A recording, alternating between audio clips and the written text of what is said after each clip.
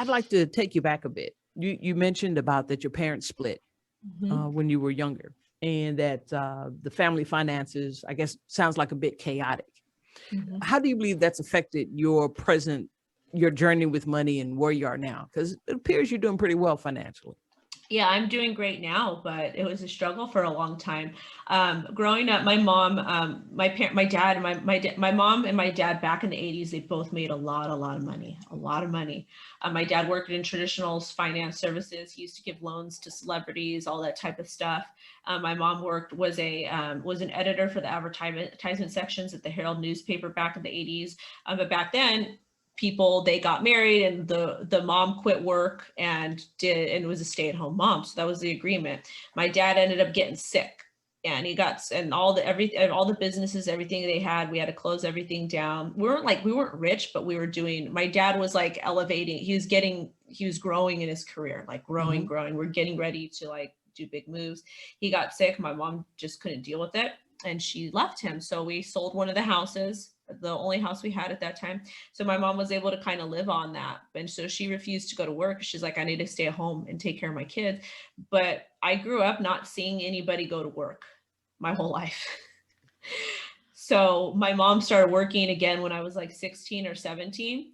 But I grew up from age 7 to 16 for 10 years without seeing somebody get up every morning and go to work. My mom would get up and get us ready for school, but I didn't see anybody go to work. I didn't see anybody bring money home. And my mom was really good at saving. She was really frugal, but at the same time, like we lived on hand-me-downs. We didn't go places. It was, I used to get made fun of because I was poor and all that type of stuff. Um, and that impacted me because I was scared to make I was really scared to make risky decisions. And that just might be, I'm going to get up and search for another job because I'm not happy here, or I'm going to go to Hmm. college, or I'm going to do X, Y, and Z. And it might sound weird and people might not understand, but I just, because I wasn't used to seeing somebody get up and do the 9 to 5 or be an entrepreneur, bring income in, impacted me because I just wasn't able to visualize myself as an adult doing those things. So it took me a long time to figure things out.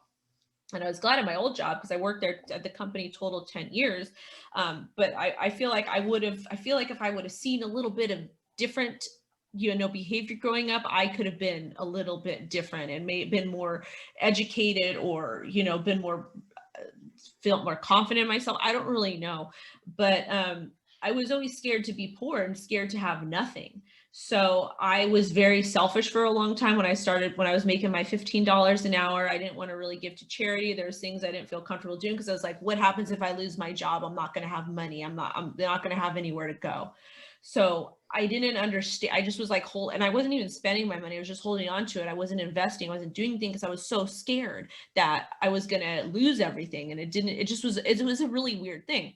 But then as I started being more confident in myself, and really when I quit my job and I saw the potential in myself, I learned about giving back. I learned about supporting charities, volunteering, and just kind of and working like, and then I kind of built my business around that. So I know that the story might sound a little bit odd, but when you're growing up and you don't see consistency, or you don't see somebody going to work, or don't see anybody like striving to be better, that impacts you as a kid. And it's not my mom's fault. She didn't know. She had 3 girls. She was a single mom. My parents divorced at 7. My dad died when I was 11. So I just, I was just kind of, me and my sisters were just kind of there.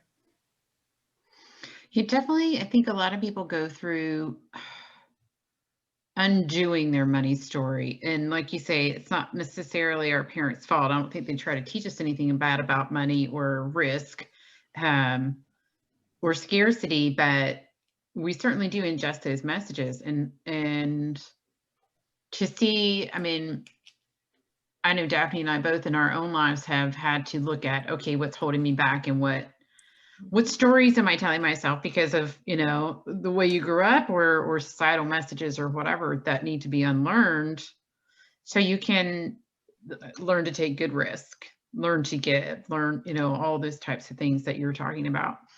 Not being scared to lose something. 'Cause Right. we don't really own anything anyway, do we? Right. I mean, I was able All to been give, I was borrowed. able to give emotionally, but I just didn't know.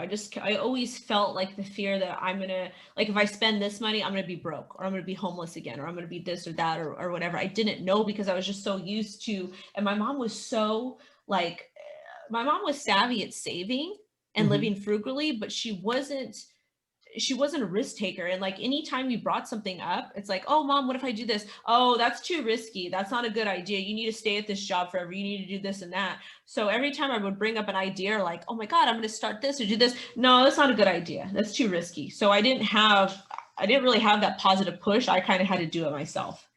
Right. So how did you do it yourself?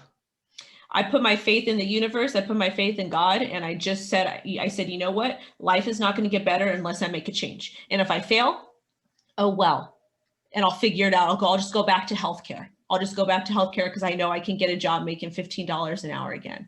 So at that point, I was just like, this is what I'm going to do. And if I fail, I fail. But you know what? If I don't take this chance, then I'm going to be miserable the rest of my life. And I'm done Mhm. being depressed. I'm done thinking that I don't matter. I do matter, and I deserve to have a better quality of life.